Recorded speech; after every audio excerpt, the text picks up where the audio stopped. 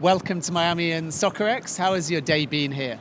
Very good. It started earlier, but it has been very good till now.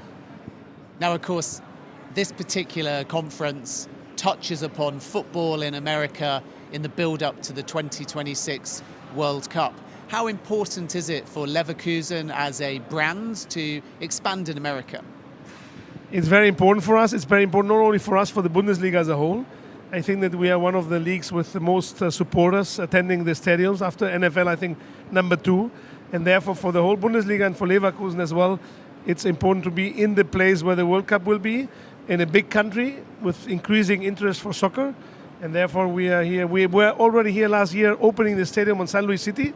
We played there last year. And we would be happy to be here next year as well. I think we're thinking of coming over with the team. Does expanding your brand, either in North America or globally, rely on the players, like in pre-season? Is it grassroots? Is it education and brand awareness? What do you think the keys are to getting a global audience, and specifically here an American audience, recognizing Leverkusen? Well, at the end of the day, we are a football club, so the most important effect on the brand is the sporting success. We're looking at it now. With the sporting success, the brand awareness increases automatically. We're trying to do a lot of things around it. We are producing a lot of content. We have a lot of followers. We have good merchandise material. But at the end of the day, what makes the biggest impact is the sporting success. And therefore, we are working hard to increase the probability of having sporting success. And it's obviously working because you're top of the Bundesliga. At the moment, yes, the league is very long, but at the moment we're happy, 31 or 33 points. Never another team gained more points than us, only one time Bayern Munich in the history. So we are happy how we started. What goals did you set at the beginning of the season? The goals at the beginning of the season was to end up the Bundesliga in the top 4 position. This qualifies us for Champions League. And to try to go as far as possible in Europa League and the Cup. We are now close to first spot in the group and to achieving the last 16 in the Europa League. And we are already in the last 16 in the Cup. So I hope that the success will continue in the next weeks and months. What has Xabi Alonso brought since joining? Well, Xabi Alonso is a very intelligent person that has had success as a player. He knows exactly what the team needs to be successful. He has the experience. Players listen to him, and he's quite focused on and concentrated on the preparing the team game by game for the next games.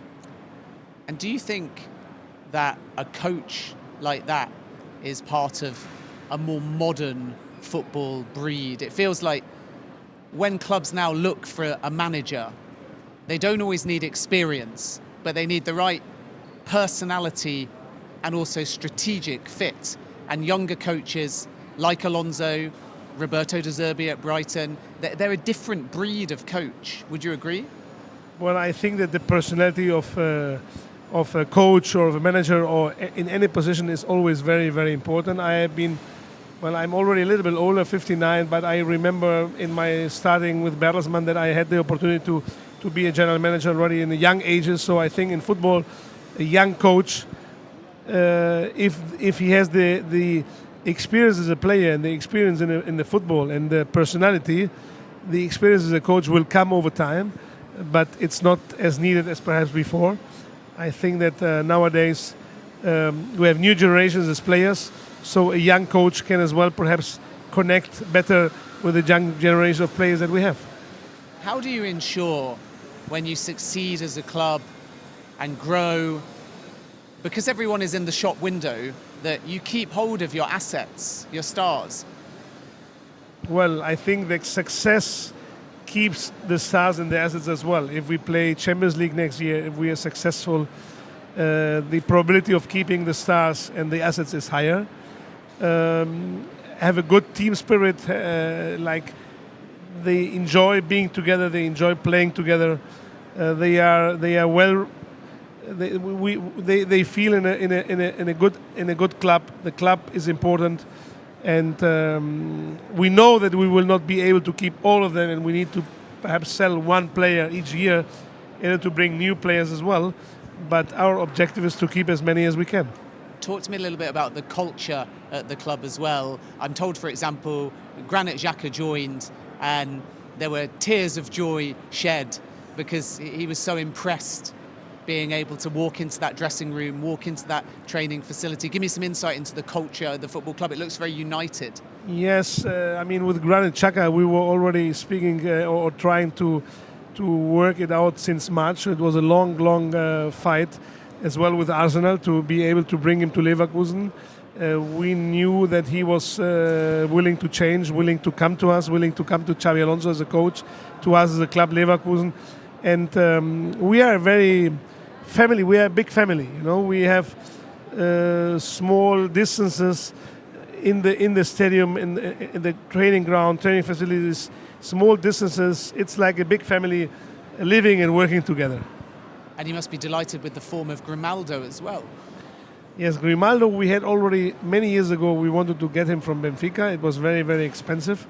So we had him in our as a target already many years ago. We knew how good a player he is, how good professional he is. We needed as well good professionals like Granit, like Alejandro Grimaldo. And so we as well started to talk with him in advance and managed to convince him that the project in the club, the project in Leverkusen, was an ambitious project. The coach was important. For a player coming to a club, the coach is very important because they want to play. And it was important to get him to us. It's an important player for us. Are you expecting a busy January? Well, let's see. I hope that we will not have a lot of injuries, and if we don't have injuries, I think that will be not a busy January because the team fits well together. We don't want to change a lot of the team. It works fine. We have everything covered, and I think there will be a lot of continuity in January. I don't think there will be a lot of changes in January. Part of that continuity comes also from the way that you negotiate with the players that you have to protect the club. So if they're sold, you get good value, but also you don't have to sell because they're under healthy contracts, and maybe Hincapié is a good example of that. Yes, I think the majority of our players have contracts till 2028 or 27. Very few that I have only 24, 25. Very few, and this is important. We have prolonged contracts with Palacios, with Hincapié, with Tapsoba, with a lot of them, and Jeremy Frimpong, and a lot of them. So it's Florian Wirtz already last year, Patrick Schick already last year. So the new players that came anyway for 4 or 5 years. Yes, we have a good contracts going long, so we are not in need to sell. How do you decide then when to sell, especially mid-season? Because Hincapié, there'll be speculation. Tapsoba, there'll be speculation. How do you decide when it's right to sell?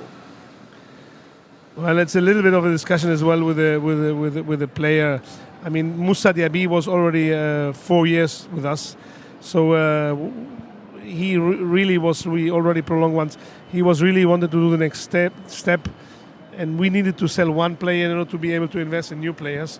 So I think that in summer next year, I hope we only have to sell one, perhaps two, and it will be dependent upon the offers we have and upon the discussions with the players and the contracts that they have. It's a lot of different things that have an impact. The discussion with the coach, who do we have to replace who, but at the moment we're not concentrating on next summer. We are preparing it behind, but we're concentrating on performing every game and trying to continue with a good season that is very long. We have only played 1/3, so we have 2/3 to play, and it's good to concentrate on the actual season and not too much on the next one.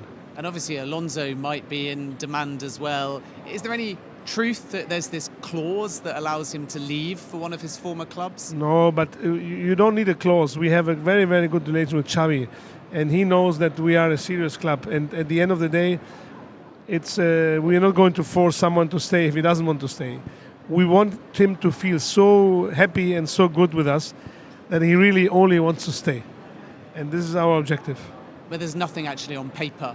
No, nothing on paper, but sometimes agreements that are not on paper are agreements as well. And we know that if he needs to do a move in the future, we'll be able to talk with each other.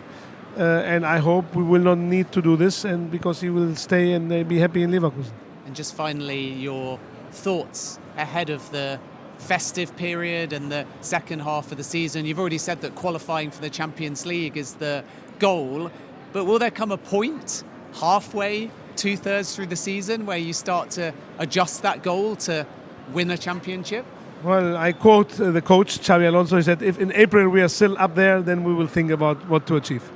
Great stuff. Thanks so much for your time, and enjoy the rest of your time here in Miami. Thank you.